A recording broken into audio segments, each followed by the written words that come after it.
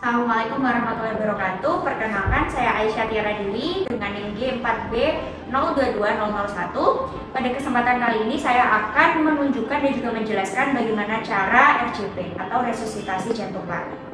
Apabila kita menjumpai adanya pasien tidak sadarkan diri, baik itu di lingkungan rumah sakit maupun di luar lingkungan rumah sakit, dapat kita lakukan tindakan RJP ini. Namun sebelumnya kita perlu pastikan terlebih dahulu 3A. 3A yaitu adalah aman penolong atau operator, kemudian aman pasien dan juga aman lingkungan. Nah, apabila pasien ini dia berada di tengah jalan atau berada di situasi yang tidak aman, maka dapat kita minta tolong bantuan dan kita amankan pasien terlebih dahulu. Kemudian kita letakkan pasien ini, kita posisikan pasien ini di dataran yang memang datar dan juga tidak basah dan juga tidak ada kerikil atau apapun yang tajam. Kemudian selanjutnya kita lakukan cek responsi dari pasien itu sendiri. Yang pertama dapat kita lakukan tepuk dan juga kita seperti kita bangunkan si pasien itu sendiri. Pak. Nah, apabila pasien ini tidak responsif, dapat juga kita lakukan dengan cara memberikan respon nyeri dengan menggunakan ujung jari kita, lalu kita tekan di area dada seperti ini. Ternyata apabila pasien ini tidak memberikan respon nyeri, berarti pasien ini tidak responsif.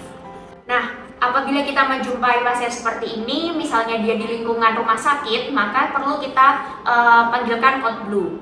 Kemudian apabila kita jumpai pasien ini di luar lingkungan rumah sakit, maka kita perlu untuk segera meminta bantuan, misalnya meminta orang lain untuk menelpon ambulan. Kemudian untuk prinsip RJP ini yang pertama adalah circulation. Nah, untuk sebelum dari itu perlu kita buka terlebih dahulu atau kita longgarkan terlebih dahulu sabuk, misalnya pasien mengenakan sabuk atau pasien ini menggunakan jaket, maka perlu kita longgarkan terlebih dahulu agar tidak mengganggu sirkulasi ataupun pernafasan dari pasien. Prinsip yang pertama adalah circulation. Circulation ini kita lakukan dengan cara meraba arteri karotis yang ada pada pasien seperti ini. Kita pastikan apakah nadi tersebut yaitu teraba dan juga lemah atau dia tidak teraba. Karena apabila tidak teraba maka nanti perlu kita lakukan kompresi. Kemudian prinsip yang kedua adalah prinsip A atau airway. Airway ini dapat kita lakukan dengan menggunakan manuver.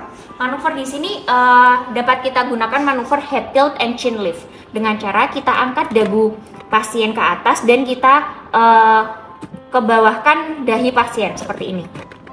Kemudian kita lihat apakah terdapat sumbatan pada jalan nafasnya. Apabila terdapat misalnya lidahnya itu mengarah ke belakang, maka kita benarkan posisi dari lidahnya itu sendiri.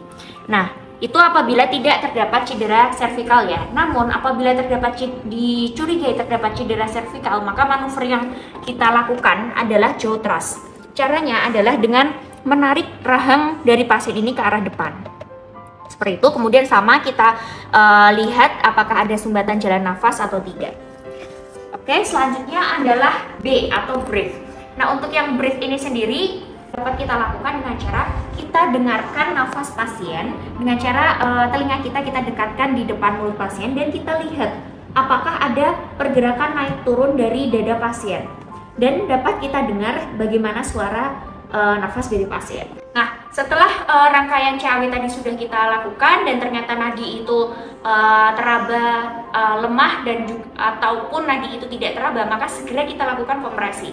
Nah, untuk kompresi di sini kita lakukan dengan cara 5 siklus dan tiap siklusnya itu kita lakukan sebanyak 30 kompresi dan 2 kali nafas buatan. Nah, namun pada kondisi yang sekarang ini adalah kondisi pandemi, maka untuk pemberian jalan nafas buatan ini tidak perlu dilakukan apabila pasien ini kita dapatkannya itu di luar lingkungan rumah sakit. Namun apabila di dalam rumah sakit, maka untuk nafas buatan ini dapat menggunakan ambubed seperti itu.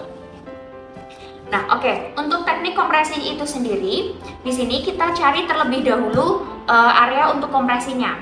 Area untuk kompresinya ini kita cari sternum pasien dan kita posisikan tangan kita itu nanti 2 jari di atas taju pedang. Di atas taju pedang di sini kira-kira atau di tengah-tengah papila mamae. Nah, kemudian tangan yang kuat berada di atas tangan satunya. Kemudian posisi dari operator adalah 90 derajat.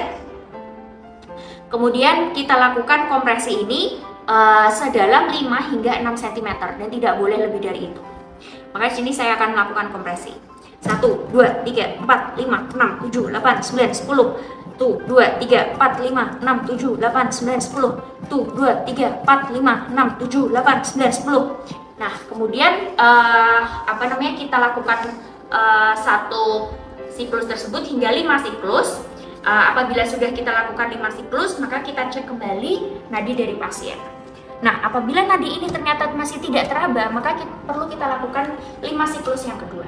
Seperti itu hingga bantuan datang. Nah, apabila setelah dilakukan kompresi ini ternyata nadinya sudah kembali dan juga pasien ini sudah cukup sadar, maka kita lakukan posisi recovery. Posisi recovery ini dapat dilakukan dengan cara tangan ini berada di dada, kemudian kakinya ditekuk dan kita posisikan mendekat ke arah operator. Nah, posisi ini dilakukan hingga bantuan ini datang.